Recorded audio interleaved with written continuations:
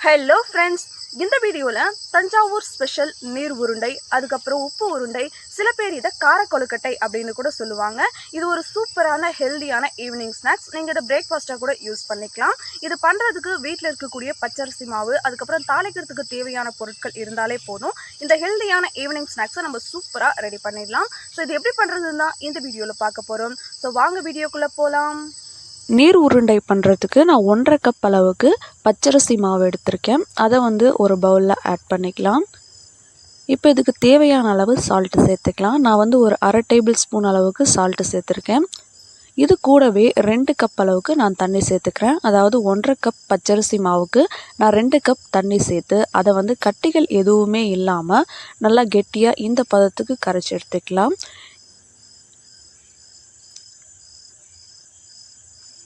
இப்போ இதில் ஒரு 1/4 கப் அளவுக்கு மட்டும் தண்ணி சேர்த்துக்கலாம். தண்ணி சேர்த்துட்டு இதை மறுபடியும் ஒரு தடவை நல்லா கலந்து ஒரு தோசை மாவு பதத்துக்கு நம்ம இதை கரைச்சி எடுத்துக்க போகிறோம். அடுத்ததாக ஒரு கடாயில் 2லிருந்து 3 டேபிள் ஸ்பூன் அளவுக்கு ஆயில் சேர்த்துக்கலாம். இந்த எண்ணெய் நல்லா சூடானதும் இதில் 1 டேபிள் ஸ்பூன் கடுகு பொரிஞ்சதும் 1 டேபிள் ஸ்பூன் உளுந்தப்பருப்பு, 1 டேபிள் ஸ்பூன் கடலைப்பருப்பு சேர்த்து இதை நல்லா செவக்க வறுத்து எடுத்துக்கலாம்.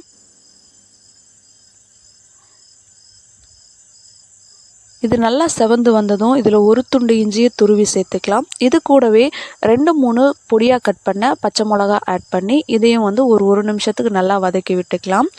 இது கூடவே ஒரு 2 மீடியம் சைஸ் வெங்காயத்தை நல்லா பொடியாக கட் பண்ணி அதை இதோட ஆட் பண்ணிக்கலாம். இப்போ இதையும் நல்லா கண்ணாடி பதம் வர வரைக்கும் நல்லா நம்ம இதை வதக்கிக்க போகிறோம். இந்த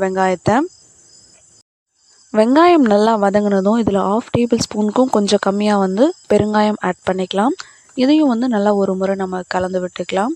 இது கூடவே கொஞ்சமாக கொத்தமல்லி, கொஞ்சமாக கருவேப்பிலையை நல்லா நறுக்கி அதை இதோட ஆட் பண்ணிக்கலாம். இப்போ இதையும் ஒரு நிமிஷம் போல் நம்ம நல்லா வதக்கி விட்டுக்கணும்.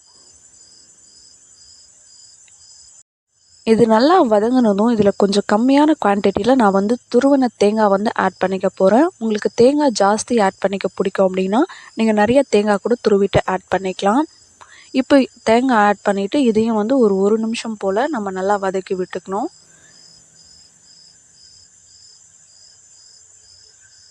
இப்போ இது எல்லாமே நல்லா வதங்கி வந்ததுக்கப்புறமா நம்ம ஏற்கனவே கரைச்சி வச்சுருக்கக்கூடிய பச்சரிசி மாவை இதோட ஆட் பண்ணிக்கணும். இப்போ நம்ம மீடியம் ஃப்ளேமில் வச்சுக்கலாம். மீடியம் ஃப்ளேமில் வச்சுட்டு இந்த மாவு எல்லாத்தையுமே இந்த கடாயில் நம்ம ஆட் பண்ணிக்க போகிறோம். ஆட் பண்ணதுக்கப்புறமா ஒரு 2லிருந்து 3 நிமிஷம், அப்படி இல்லைன்னா அதிகபட்சமாக ஒரு 4 நிமிஷம் போல் இதை நம்ம கலந்து விட்டுட்டே இருக்கணும். அப்போ தான் இதில் இருக்கக்கூடிய ஈரத்தன்மையெல்லாம் போய் இது நல்லா இந்த மாவு நல்லா வெந்து வரும். ஒரு 3 to 4 மினிட்ஸ் ஆகும். அது வரைக்கும் நம்ம கைவிடாமல் இது கலந்து விட்டுட்டே இருக்கலாம்.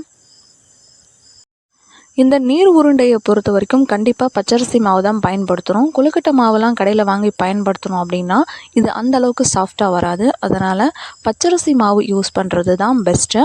எனக்கு கரெக்டாக 4 மினிட்ஸ் ஆச்சு. 4 மினிட்ஸ்க்கு அப்புறம் பாருங்கள், இது நல்லா வெந்து வந்திருக்கு, கடாயில் ஒட்டாமல் வருது. இந்த ஸ்டேஜில் நம்ம ஸ்டவ் ஆஃப் பண்ணிக்கலாம். இது கரெக்டாக வெந்து வந்திருக்கா அப்படின்றத செக் பண்ணுறதுக்கு குட்டியாக கொஞ்சமாக மாவு எடுத்து இதை கையில் பால்ஸ் மாதிரி பிடிச்சி பாருங்கள். கையில் ஒட்டாமல் அந்த பால்ஸ் பிடிக்கிறதுக்கு, உருண்டை பிடிக்கிறதுக்கு கரெக்டாக வந்துருச்சு அப்படின்னா இது கரெக்டாக வெந்திருக்கு அப்படின்னு அர்த்தம். பாருங்கள், கரெக்டாக வருது, நல்லா வெந்திருக்கு. இப்போ இது சூடாக இருக்குது, அதனால் ஒரு 10 மினிட்ஸ் நல்லா ஆறட்டும். 10 மினிட்ஸ் நல்லா ஆறுனதுக்கப்புறமா இதை நமக்கு தேவையான அளவுக்கு மாவு எடுத்து இந்த நீர் உருண்டைகளை நம்ம ரெடி பண்ணி எடுத்துக்கலாம்.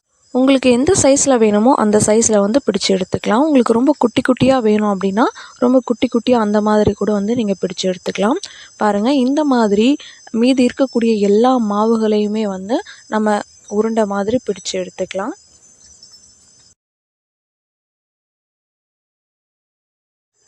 இப்போ பாருங்கள், நம்மக்கிட்ட இருந்த எல்லா நீர் உருண்டைகளையுமே நம்ம ரெடி பண்ணி எடுத்தாச்சு. இப்போ அடுத்ததாக இதை நம்ம வேக வச்சுக்க போகிறோம்.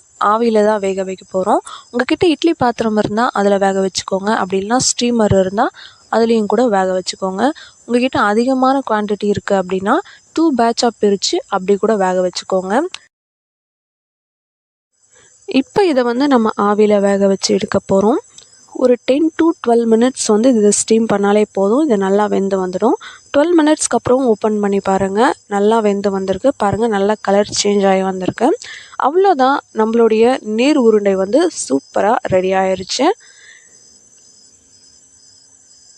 இதை நீங்கள் வந்து அப்படியேவும் சாப்பிட்லாம், செம்ம டேஸ்ட்டாக இருக்கும். இருந்தாலும் நான் வந்து கார சட்னியோடு சர்வ் பண்ணியிருக்கேன். நீங்கள் தேங்காய் சட்னியோடு சர்வ் பண்ணாலும் சூப்பராக இருக்கும். நீங்களும் இதே மாதிரி செஞ்சு பார்த்துட்டு எப்படி இருந்துச்சுன்னு கமெண்ட்டில் சொல்லுங்கள். வேறு ஒரு வீடியோவில் பார்க்கலாம். பாய்.